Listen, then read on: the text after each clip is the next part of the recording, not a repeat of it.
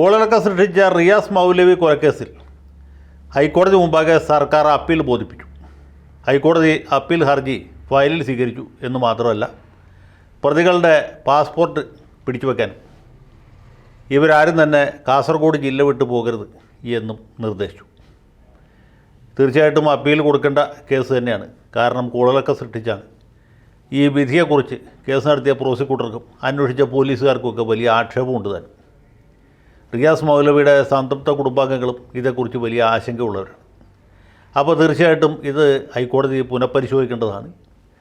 ന്യായമെന്ന് തോന്നുന്ന ഒരു വിധി പാസ്സാക്കേണ്ടതുമാണ്.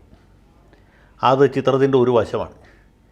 ഇതിന് തൊട്ട് മുമ്പ് ഈ അപ്പീൽ ഹർജി ബോധിപ്പിക്കുന്ന അതേ സമയത്ത് തന്നെ കേസ് വിധിച്ച ജില്ലാ ജഡ്ജി കെ ബാലകൃഷ്ണനെ കാസർഗോഡ് നിന്ന് ആലപ്പുഴയ്ക്ക് സ്ഥലം മാറ്റി.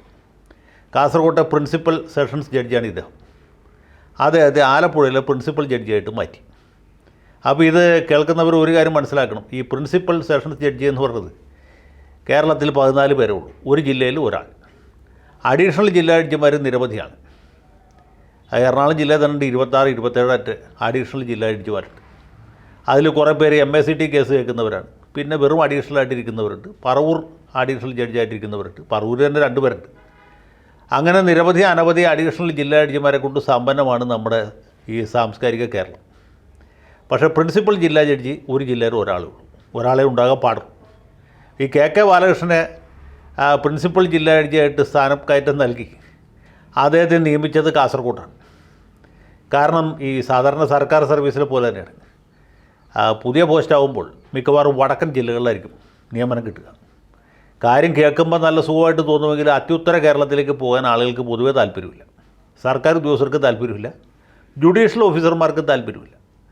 വളരെ വടക്കൻ ജില്ലകളിലാണ്, ഇപ്പോൾ വയനാട് ജില്ലയിലോ കാസർഗോഡ് ജില്ലയിലൊക്കെയാണ് പോസ്റ്റിംഗ് കിട്ടുന്നതെങ്കിൽ, ഈവൻ കണ്ണൂർ ജില്ലയിലാണെങ്കിൽ പോലും ആ പ്രിൻസിപ്പൽ ജില്ലാ ജഡ്ജി സ്ഥാനം വേണ്ട എന്ന് എഴുതി കൊടുത്ത പല ന്യായാധിപന്മാരെയും എനിക്കറിയാം. പക്ഷേ ഇദ്ദേഹം ഡയറക്റ്റ് സെലക്ഷനിൽ വന്ന ആളാണ്. പ്രിൻസിപ്പൽ ജില്ലാ ജഡ്ജിയായിട്ട് പോകാൻ പറ്റുകയില്ല എന്ന് പറയാൻ പറ്റാത്തതുകൊണ്ട് കാസർഗോഡ് പോയതാണ്. അപ്പോൾ കാസർഗോഡ് പോകുമ്പോൾ തന്നെ അദ്ദേഹം ഹൈക്കോടതിക്ക് എഴുതി കൊടുത്തിട്ടുണ്ട്, തെക്കൻ ജില്ലകളിൽ എവിടെയെങ്കിലും ഒരു വേക്കൻസി വരികയാണെങ്കിൽ എനിക്ക് തരണം. ഇദ്ദേഹം അവിവാഹിതനാണ്. അദ്ദേഹത്തിന് അമ്മ മാത്രമേ ഉള്ളൂ.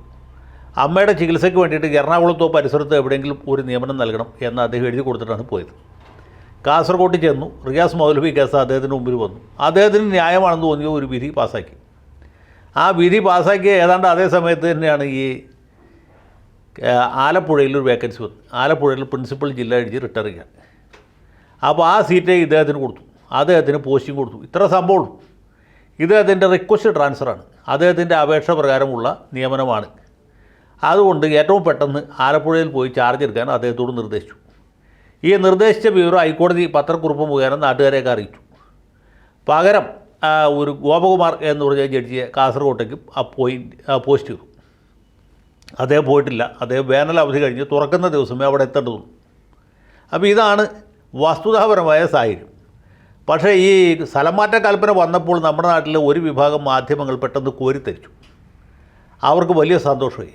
അവർ വിചാരിച്ചത് ഈ ജില്ലാ ജഡ്ജിയുടെ വിധി തെറ്റാണെന്ന് ഹൈക്കോടതിക്ക് ബോധ്യപ്പെട്ടു, അതുകൊണ്ട് അയാളെ ഉടനെ തന്നെ ആലപ്പുഴയ്ക്ക് മാറ്റി എന്നുള്ളതാണ്. അത് ഈ കേസ് നടത്തി തോറ്റ വക്കീലിന് വലിയ സന്തോഷമായി. അത് അപ്പോൾ തന്നെ ഒരു ഫേസ്ബുക്ക് പോസ്റ്റ് വഴിക്ക് നല്ലവരായ നാട്ടുകാരെ അറിയിച്ചു. സാധാരണഗതിയിൽ വേനൽ അവധി കഴിഞ്ഞ് തുറക്കുമ്പോഴാണ്, മെയ് മാസം അവസാനമാണ് ജില്ലാ ജഡ്ജിമാരുടെ സ്ഥലംമാറ്റം ഉണ്ടാകുക. അത് ശരിയാണ്. പക്ഷേ ഈ കെ ബാലകൃഷ്ണൻ എന്ന് പറഞ്ഞ ജഡ്ജിയെ വേനലവധിക്ക് മുമ്പ് തന്നെ മാറ്റിയിരിക്കുന്നു. അദ്ദേഹം ഇനിമേൽ കാസർഗോഡ് ഉണ്ടാകുന്നതല്ല, അദ്ദേഹത്തെ ആലപ്പുഴയ്ക്കാണ് വിട്ടിട്ടുള്ളത്. ഒറ്റ വായനയിൽ ശരിയാണ്, അതിൽ അസ്വാഭാവികമായിട്ടൊന്നുമില്ല. പക്ഷേ ഈ സംഗതി അദ്ദേഹം കാസർഗോട്ടേക്ക് വന്നേക്ക് മുമ്പ് തന്നെ ഹൈക്കോടതിയിൽ സ്ഥലം മാറ്റത്തിലുള്ള അപേക്ഷ എഴുതി കൊടുത്തിട്ടാണ് പോകുന്നതെന്നുള്ള കാര്യം സിനിമാ നടൻ കൂടിയായിട്ടുള്ള നമ്മുടെ മഹാനായ വക്കീലിനെ അറിയില്ലായിരുന്നു. ഇനി അറിയാമെങ്കിൽ തന്നെ ഈ 3 പ്രതികളെ വെറുതെ വിട്ട ജഡ്ജി എന്ന് പറഞ്ഞാൽ അദ്ദേഹത്തിൻ്റെ പോസ്റ്റ് തുടങ്ങുന്നത്, അല്ലാണ്ട് കെ ബാലകൃഷ്ണൻ മാറ്റിയെന്ന് പറഞ്ഞല്ല. ഇത് വന്നതോടുകൂടിയിട്ട് ബാക്കി ആളുകൾക്ക് ഭയങ്കര സന്തോഷമായി.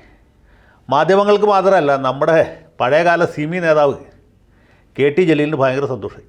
അദ്ദേഹം അതുകൂടി ചേർത്ത് വേറൊരു പോസ്റ്റ് ഇട്ടു. പുള്ളി പറഞ്ഞു, ഭീരുക്കളാണ് ഒളിച്ചോടുക, ചെയ്തത് സത്യമാണെങ്കിൽ അവിടെ ഉറച്ചു നിൽക്കണം. അല്ല, മനസാക്ഷി കൂത്ത് തോന്നാൻ തുടങ്ങിയാൽ പിന്നെ ഇരിക്കപ്പുറത്തി ഉണ്ടാകില്ല, കൊച്ചിയിലായാലും കൊയിലാണ്ടിയിലായാലും. ഇതിൽ മനസാക്ഷി കൂത്തിൻ്റെ പ്രശ്നമേ ഇല്ല. അദ്ദേഹം ആലപ്പുഴയ്ക്ക് അല്ലെങ്കിൽ എറണാകുളം ജില്ലയിലൊക്കെ ഒരു സ്ഥലം മാറ്റം ചോദിച്ചിട്ടാണ് പോകുന്നത്.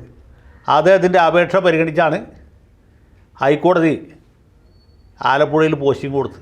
അല്ലാതെ മനസാക്ഷി കുത്തിൻ്റെ പ്രശ്നമേ ഇതിൻ്റെ അകത്ത് ഉദിക്കുന്നില്ല. അദ്ദേഹത്തിന് ശരിയാണെന്ന് തോന്നിയുകൊണ്ടാണല്ലോ പ്രതികളെ വെറുതെ വിട്ടത് ശരിയോ തെറ്റോ നോക്കാനായിട്ട് മുകളിൽ ഹൈക്കോടതിയുണ്ട്. അത് ജലീലിനെ പോലുള്ള ആൾക്കാരല്ല തീരുമാനിക്കേണ്ടത്, അല്ലെങ്കിൽ മൗദൂദി ചാനലിൽ അടുപ്പൂട്ടി ചർച്ച നടത്തുന്ന ആൾക്കാരും അല്ല തീരുമാനിക്കേണ്ടത്. തെളിവുകൾ ശരിയായ രീതിയിൽ വിശകലനം ചെയ്തിട്ടുണ്ടോ, നിയമം കൃത്യമായിട്ട് പാലിച്ചിട്ടുണ്ടോ എന്ന് നോക്കാൻ ഹൈക്കോടതിയുണ്ട്. അഭിപ്രായം പറയുന്നവർക്ക് എന്താ അഭിപ്രായം പറയാം. ഒരാളെ സ്ഥലം മാറ്റിയത് കേട്ടപ്പോഴത്തേക്ക് അത് ഒളിച്ചോട്ടമായിട്ട് വ്യാഖ്യാനിക്കുന്നതിൽ തെറ്റൊന്നുമില്ല. ഇനി ഇതിന് മറ്റൊരു വശമുണ്ട്. ഇദ്ദേഹം ആലപ്പുഴയിൽ വരുമ്പോൾ അദ്ദേഹത്തിന് അറിയില്ലല്ലോ റിയാസ് മൗലവിയുടെ കേസ് കാസർഗോഡ് പെൻഡിങ് ഉണ്ട്. അതിൻ്റെ വിധി കൽപ്പിക്കുമ്പോൾ പ്രതികളെ വെറുതെ വിടേണ്ടതായിട്ട് വരും. വിട്ട് കഴിഞ്ഞാൽ പിന്നെ കാസർഗോഡ് നിൽക്കാൻ പറ്റുകയില്ല എന്ന് വിചാരിച്ചിട്ടല്ല വന്നത്. സ്ഥലം മാറ്റത്തിലുള്ള അപേക്ഷ നേരത്തെ കൊടുത്തിട്ടപ്പോൾ അതൊരു കാര്യം. ഇനി ചില കേസുകളിൽ ഈ വിധിച്ച ജഡ്ജിമാർക്കെതിരെ വലിയ ഭീഷണിയുണ്ടോ. ഇപ്പോൾ മാവേലിക്കര സെഷൻസ് കോടതിയിൽ ജഡ്ജിയായിരിക്കുന്ന ശ്രീദേവി എന്ന് പറഞ്ഞ ന്യായാധിപയ്ക്ക് നേരെ എത്രയോ കേന്ദ്രങ്ങളിൽ നിന്നാണ് വധഭീഷണി ഉണ്ടായത്. ഈ രഞ്ജിത്ത് ശ്രീനിവാസൻ കൊലക്കേസിലെ പ്രതികൾക്ക് വധശിക്ഷ വിധിച്ചപ്പോൾ പോപ്പുലർ ഫണ്ടുകാരും പോപ്പുലർ ഫണ്ട് ചിന്താഗതിയുള്ളവരുമായ ഒരുപാട് തീര ദേശാഭിമാനികൾ ഈ ജഡ്ജിക്ക് നേരെ വധഭീഷണി ഉയർത്തി.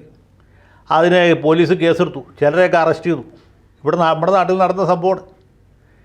ഈ ജഡ്ജിക്ക് നേരെയും ഈ ബാലകൃഷ്ണൻ എന്ന് പറഞ്ഞ ജഡ്ജിക്ക് നേരെയും വധഭീഷണി മുഴക്കി, അവിടെയും കേസെടുത്തു. പിന്നെ പോലീസ് കേസെടുത്താൽ പിന്നെ എന്തുണ്ടാവുന്നുള്ള വേറെ ചോദ്യമാണ്. വധഭീഷണി മുഴക്കുന്നവരാരും കൊല നടത്തുകയില്ല നമുക്കറിയാം.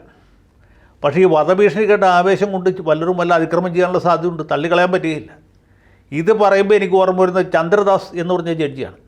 ചന്ദ്രദാസ് തൃശ്ശൂർക്കാരനാണ്. തൃശ്ശൂർ പ്രഗത്ഭനായ വീരേന്ദ്രമേൻ്റെ ജൂനിയറായിട്ട് പ്രാക്ടീസ് ചെയ്തുകൊണ്ടിരിക്കുമ്പോഴാണ് അദ്ദേഹത്തിന് മജിസ്ട്രേറ്റായിട്ട് ജോലി കിട്ടിയത്. അദ്ദേഹം പിന്നീട് ഉയർന്ന് പറവൂർ സബ് ജഡ്ജിയായിട്ടിരുന്നു. പറവൂരിൽ നിന്ന് അദ്ദേഹം സ്ഥലം മാറിപ്പോയി. പിന്നെ അദ്ദേഹത്തിന് പ്രൊമോഷൻ കിട്ടി. അദ്ദേഹം തലശ്ശേരി സെഷൻസിലിരിക്കുന്ന സമയത്താണ് കോളിലൊക്കെ സൃഷ്ടിച്ച ജയകൃഷ്ണൻ കൊലക്കേസ് വിചാരണയ്ക്ക് വന്നത്. ഇദ്ദേഹത്തിൻ്റെ മുമ്പിലായിരുന്നു വിചാരണ പൂർത്തിയായത്. വിചാരണയ്ക്കിൽ 7 പ്രതികളുണ്ടായിരുന്നു. ആ ഒരു പ്രതി RSSകാർ അതിനു മുമ്പ് തന്നെ വധശിക്ഷ നടപ്പാക്കി. മറ്റൊരു പ്രതി കേസിൻ്റെ വിചാരണ കഴിഞ്ഞ് ശിക്ഷ വിധിക്കുന്നതിന് മുമ്പായിട്ട് തീവണ്ടിക്കുമ്പിൽ ചാടി ആത്മഹത്യ ചെയ്തു. അത് ആത്മഹത്യയല്ല, കൊലപാതകമായിരുന്നു എന്ന് പിന്നീട് അദ്ദേഹത്തിൻ്റെ കുടുംബാംഗങ്ങൾ ആരോപിച്ചു. അതെന്തുമാട്ടെ, അവസാനം വിധി പറയുന്ന സ്റ്റേജിൽ 5 പ്രതികളുണ്ടായിരുന്നു. 5 പേർക്ക് ചന്ദ്രദാസ് തൂക്ക് കയർ വിധിച്ചു. ആ വിധി ഹൈക്കോടതി ശരിവെച്ചു. സുപ്രീം കോടതി ചെന്നപ്പോൾ ഒരാളുടെ മാത്രം ജീവപര്യന്തമാക്കി, ബാക്കി 4 പേരെ വെറുതെ വിട്ടു. അതാണ് ജയകൃഷ്ണൻ കേസിൻ്റെ ഒരു രത്ന ചുരുക്കം. ഈ ജയകൃഷ്ണനെ കൊന്ന 5 ധീര വിപ്ലവകാരികളെ തൂക്കിക്കൊല്ലാൻ വിധിച്ച ദിവസം തലശ്ശേരി സെഷൻസ് കോടതിയുടെ മുമ്പിൽ CPMകാർ വലിയ പ്രതിഷേധ പ്രകടനം നടത്തി. സാക്ഷാൽ EP ജയരാജനാണ് പ്രകടനം നയിച്ചത്. എനിക്ക് തോന്നുന്നു അദ്ദേഹം അന്ന് കണ്ണൂർ ജില്ലാ സെക്രട്ടറി ആയിരുന്നു എന്നാണ്. EP ജയരാജൻ്റെ നേതൃത്വത്തിൽ നടന്ന ഈ പ്രതിഷേധ പ്രകടനത്തിൽ ചന്ദ്രദാസെ തെമ്മാടി തട്ടിക്കളയും കട്ടായം എന്നായിരുന്നു മുദ്രാവാക്യം. ചന്ദ്രദാസിനെ അന്നേ ദിവസം, പിറ്റേ ദിവസമൊക്കെ വച്ചില്ല, അന്ന് ഹൈക്കോടതി മഞ്ചേരിക്ക് സ്ഥലം മാറ്റി. കാരണം മാർസിശ്ശേരി ഏറ്റവും കുറവുള്ള സ്ഥലമാണ് മഞ്ചേരി. അവിടെ മുസ്ലിം ലീഗുകാരും കോൺഗ്രസ്സുകാരും മറ്റ് ജനാധിപത്യ വിശ്വാസികളുമാണ് കൂടുതൽ. അതുകൊണ്ട് ചന്ദ്രദാസിനെ നിലം തൊടാതെ തലശ്ശേരിയിൽ നിന്ന് നേരെ മഞ്ചേരിയിലേക്ക് മാറ്റി. അദ്ദേഹം മഞ്ചേരിയിൽ പിന്നെ ദീർഘകാലം ഇരുന്നു. പിന്നീട് ഞാൻ ഈ ചന്ദ്രദാസിനെ കാണുന്നത് ഒരുപാട് കൊല്ലത്തിന് ശേഷമാണ്. അപ്പോഴും ചന്ദ്രദാസിന് ഒരു പോലീസുകാരൻ്റെ അകമ്പടിയുണ്ട്. വെറും പോലീസുകാരനല്ല, തോക്കേന്തിയ പോലീസുകാരൻ. ഒരു ഗൺമാനെ കൊടുത്തു. കാരണം മാർസിസ്റ്റുകാർ ഇദ്ദേഹത്തെ വല്ല ദേഹോദ്രവിപ്പിച്ചാലോ അല്ലെങ്കിൽ ജീവാപായം നടത്തിയാലോ എന്ന് പേടിച്ചിട്ട്. അപ്പോൾ അങ്ങനെയൊക്കെയാണ് നമ്മുടെ നാട്ടിൽ ഈ ന്യായാധിപന്മാർ ജീവിക്കുന്നത്. ജലീലിനൊന്നും അറിയേണ്ട ആവശ്യമില്ല. പുള്ളിയുടെ കിളി പോയോന്ന് എനിക്ക് സംശയമുണ്ട്. കാരണം എന്താ വെച്ചാൽ ഇപ്പോൾ കോടതിയിൽ നിന്ന് കേട്ട പുള്ളിക്ക് ഹാലളകും. ഏതെങ്കിലും കോടതി എന്തെങ്കിലും വിധി കൽപ്പിച്ചു നോക്കുമ്പോഴേക്ക് ജലീലിന് വിറയിൽ തുള്ളപ്പനി ഒരുമിച്ച് വരും. കാരണം ലോകായുക്തയുടെ ഉത്തരവ് പ്രകാരമാണ് ഇദ്ദേഹത്തിൻ്റെ മന്ത്രിസ്ഥാനം പോയത്. അതിനെതിരെ അദ്ദേഹം ഹൈക്കോടതിയിൽ കേസ് കൊടുത്തു. ഹൈക്കോടതി അത് ഫയലിൽ സ്വീകരിക്കാതെ തള്ളിക്കളഞ്ഞു. അതിൻ്റെ പുറത്ത് സുപ്രീം കോടതിയിൽ ചെന്നപ്പോൾ സുപ്രീം കോടതി അദ്ദേഹത്തിൻ്റെ അഭിഭാഷകനെ വിരട്ടി ആ പെറ്റീഷൻ തന്നെ പിൻവലിപ്പിച്ചു. അങ്ങനെ കോടതിയിൽ നിന്ന് കൊടിയ അനീതി സഹിക്കേണ്ടി വന്നു എന്ന് സ്വയം വിശ്വസിക്കുന്ന ആളാണ് KT ജലീൽ. അപ്പോൾ അദ്ദേഹത്തിൻ്റെ മാനസിക ആരോഗ്യനിലയെക്കുറിച്ച് നമുക്ക് സംശയം തോന്നുന്ന ഒരു ഘട്ടത്തിൽ കൂടിയാണ് കടന്നു പോകുന്നത്. ഏതായാലും ഇതുപോലെയുള്ള പോസ്റ്റുകളൊക്കെ ഇട്ടുകൊണ്ട് ജലീൽ സാഹിബേ നിങ്ങൾ രക്ഷപ്പെടുകയില്ല. ഈ നാട്ടിലെ ഒരു ജഡ്ജിക്കോ അല്ലെങ്കിൽ ഒരു നാട്ടുകാർക്കോ നിങ്ങളോട് യാതൊരു സഹതാപം തോന്നുകയില്ല. നിങ്ങളുടെ ഇളയപ്പാൻ്റെ മകനെ ഇവിടെ പുറകുവാതിലിൽ കൂടി ന്യൂനപക്ഷ ധനകാര്യ കോർപ്പറേഷനിൽ നിയമിച്ചു എന്നുള്ളത് തെറ്റ് തന്നെയാണ്. ഇതുപോലെയുള്ള തെറ്റ് തന്നെയാണ് നമ്മുടെ ഇ പി ജയരാജൻ രാജിവെക്കേണ്ടത്. നിങ്ങൾക്ക് മുഖ്യമന്ത്രിക്ക് നിങ്ങളോടും സവിശേഷമായ താല്പര്യം ഉണ്ടായിരുന്നുകൊണ്ടാണ് മന്ത്രിയായിട്ട് തുടരാൻ കഴിഞ്ഞത്. അല്ലെങ്കിൽ ലീഗുകാർ സമരം ചെയ്ത സമയത്ത് മാന്യമായിട്ട് അന്തസ്സായിട്ട് രാജിവെച്ചു പോകായിരുന്നു. അത് ചെയ്യാതെ അധികാര കസേരയിൽ അള്ളി പിടിച്ചിരുന്നുകൊണ്ടാണ് ലോകായുക്ത താങ്കളെ ആ സ്ഥാനത്ത് നിന്ന് നീക്കം ചെയ്തത്. അതിലൊരു തെറ്റുമില്ല. അത് വളരെ ന്യായമായ തീരുമാനമാണ്. അതിന് കോടതികളെയും ജഡ്ജിമാരെ നോക്കി കുരയ്ക്കുകയും അപഹസിക്കുകയും ചെയ്തിട്ട് യാതൊരു ഫലവുമില്ല. ഇത് ഇനിയെങ്കിലും തിരിച്ചറിയുന്നത് നല്ലതാണ്, അല്ലെങ്കിൽ കൂടുതൽ അപഹാസ്യനാവും എന്ന് മാത്രമേ ഉള്ളൂ.